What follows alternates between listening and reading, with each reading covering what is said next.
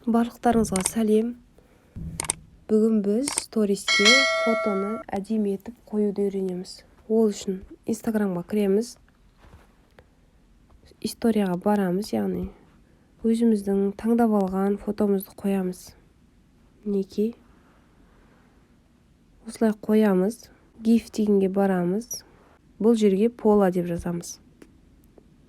Мінекей жаздық. Осындай рамка шықты. Осылай етіп қойсаңыз болады. Тағы да өзіміздің фотомызға барамыз, таңдап алған. Екінші фотоны қоямыз. Мінекей екінші фотоны осылай деп алатын болсақ. Пола деп жазамыз. Кез келген өзіңізге ұнайтын рамканы таңдап алсаңыз болады. Мінекей. Енді осы жерге қыз кереметі деп өзіңіз қиялыңызға ерік беріп жазсаңыз болады.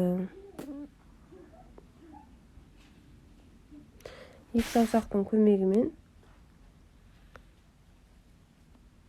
осылай, болмаса жоғары жағына қойып